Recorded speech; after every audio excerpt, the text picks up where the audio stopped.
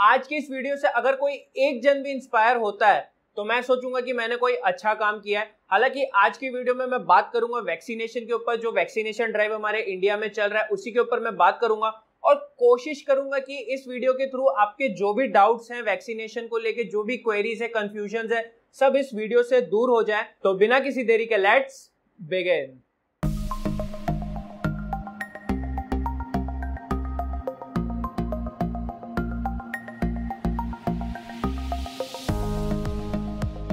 So hello guys, मेरा नाम है पुनीत सिंह और स्वागत है आपका मेरे YouTube channel before you buy में, जहां आप जान सकते हैं कि कोई भी प्रोडक्ट आपके पास है या नहीं, आपने उसे लेना चाहिए या नहीं, वो भी बिना उसे खरीदे। तो आज हम कोई प्रोडक्ट की बात नहीं कर रहे, ना ही कोई सर्विस की बात कर रहे, आज हम बात कर रहे हैं वैक्सीनेशन की, जो कि बहुत ही इंपॉर्टेंट है।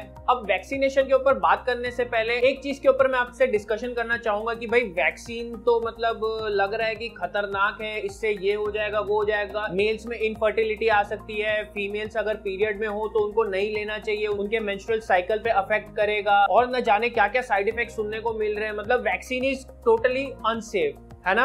आपको भी ये सब बहुत सारे मैसेजेस आए होंगे व्हाट्सएप पे। तो एक बात बता दूं, ये सारे ही मैसेजेस फुद्दू हैं, फेक हैं, बिल्कुल भी मानने की जरूरत नहीं है। अगर आप इनमें बिलीव नहीं करते हैं तो आप बहुत ही स्मार्ट हैं, अगर आप इनमें बिलीव करते हैं तो फिर मैं आपको यही बोलूंगा कि आप बहुत भोले हैं। तो ये सब में ना माने, ये सब एकदम फेक है। यहाँ पे आप PIB फैक्ट चेक पे चेक कर सकते हैं कि कौन से मैसेजेस फेक हैं, कौन से मैसेजेस सही हैं। तो हर चीज जो व्हाट्सएप पे आती है सच नहीं होती है, प्लीज उसे चेक कर लिया करें। और अब जो आपके मन में जो डर है वैक्सीन लेने को, तो वो मैं आपको बता देता हूँ, vaccine is completely safe. Vaccine में कोई नुकसान नहीं है लेने का, आपकी जिंदगी को कोई नुकसान नहीं होएगा। अब सिर्फ 50 लोग बेवकूफ होंगे, 1000 लोग बेवकूफ होंगे, 10,000 50,000 लोग बेवकूफ होंगे जो वैक्सीन ले रहे, पर अगर ये गिनती लाखों करोड़ों में जा रही है तो इसका मतलब ये तो नहीं कि हर एक कोई बेवकूफ ही है। And without any disrespect to any government, अब आपके मन में ये भी होगा कि ये गवर्नमेंट की चाल है। ओके, एग्री, हो सकता है आपके मन में ये थॉट्स आ सकते हैं, बट यहाँ पे जब मिनिस्टर्स भी ले रहे हैं, यहाँ पे आप ये देख सकते हैं फोटोज, मिनिस्टर्स भी वैक्सीन ले रहे हैं, तो जाहिर सी बात है कि प्रॉब्लम सही में है ये कोरोना की, और वैक्सीन भी सेफ है, इसीलिए मिनिस्टर्स भी ले रहे हैं। तो इसमें घबराने की कोई बात नहीं है। एंड ऑफिशियल स्टैट्स में आपको बताऊं तो जिस वक्त मैं अभी ये वीडियो रिकॉर्ड कर रहा हूं उस समय ऑलमोस्ट 14 करोड़ लोग वैक्सीन ले चुके हैं इंडिया में। तो 14 के 14 करोड़ तो बेवकूफ नहीं है ना। कुछ लोग बेवकूफ होंगे, सब लोग तो बेवकूफ नहीं होंगे, है ना।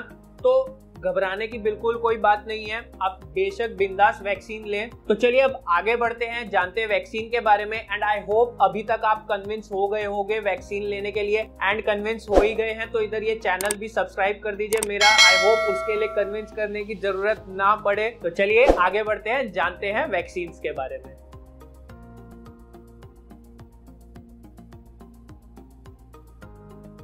तो अब इंडिया में 2 वैक्सीन अवेलेबल है।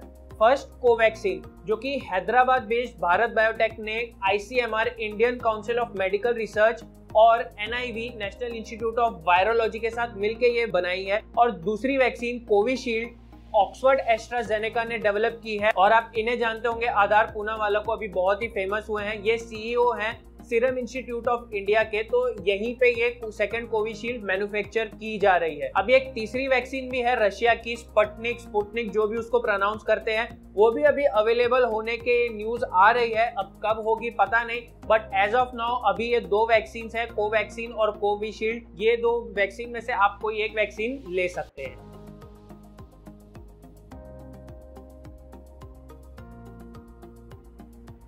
तो अब आपके मन में ये डाउट आ रहा होगा कि कौन सी वैक्सीन हमें लेनी चाहिए, कौन सी वैक्सीन ज्यादा सेफ है, कोवैक्सीन या कोविशील्ड। तो मैं आपको इनके डिफरेंसेस के बारे में बताता हूँ। दोनों ही वैक्सीन अलग अलग टेक्नोलॉजी से बनी है। जो ये कोवैक्सीन है उसमें कोरोना के ही डेड वायरस है, जो कि हमारे बॉडी को ज्यादातर नुकसान तो कुछ पहुंचाएगा नहीं, जाहिर सी बात है वायरस डेड है, बट ये है कि ये हमारे इम्यून सिस्टम को तैयार कर देगा कि जो एक्चुअल वायरस है उससे कैसे लड़ना है। तो ये इस टेक्नोलॉजी से बनी है। और जो ये कोविशील्ड है उसका काम ये है कि जो कोरोना वायरस का जो स्पाइक प्रोटीन होता है ना, उसकी नकल करना, सो दैट हमारा इम्यून सिस्टम उसका डिफेंस तैयार कर पाए। अब दोनों की एफिशिएंसी की बात करूं तो दोनों की एफिशिएंसी ऑलमोस्ट लगभग 80% तक एफिशिएंसी हमको देता है। और दोनों में ही आपको 2-2 डोजेस लेने पड़ेंगे और 2-2 डोजेस के बीच में गैप अलग अलग है।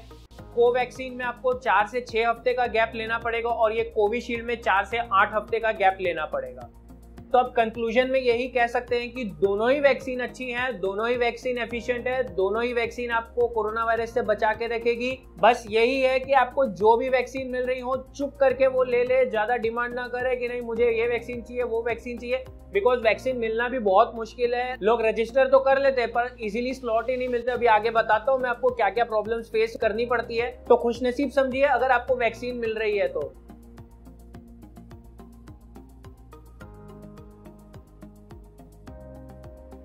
सबसे पहले तो आपको बिना रजिस्टर बिना स्लॉट बुक किए आपको वैक्सीन कहीं पर भी मिलेगी नहीं। अगर आपने रजिस्टर किया हुआ है और स्लॉट बुक किया हुआ है कोई भी पर्टिकुलर वेन्यू का तो ही वहां जाके आपको वैक्सीन मिलेगी, वरना वैक्सीन नहीं मिलेगी। अब रजिस्टर तो कर लोगे कोविन पोर्टल पे, उमंग ऐप पे और आरोग्य सेतु ऐप पे, ये 3 जगह पे आप रजिस्टर तो कर लोगे, पर स्लॉट बुकिंग में ही मेन माथापच्ची है, स्लॉट बुक ही नहीं हो पाते हैं। होता ये कि जैसे ही स्लॉट्स अवेलेबल होते हैं तुरंत उसी समय बुक हो जाते हैं। अगर आपने रेलवे में तत्काल बुकिंग की होगी तो आपको पता होगा कि कितना फास्ट होना पड़ता है, सेम उसी तरह ये स्लॉट बुक्स करने में है। तो घबराने की कोई बात नहीं है, जब आपको स्लॉट मिले तब आप वैक्सीन लें।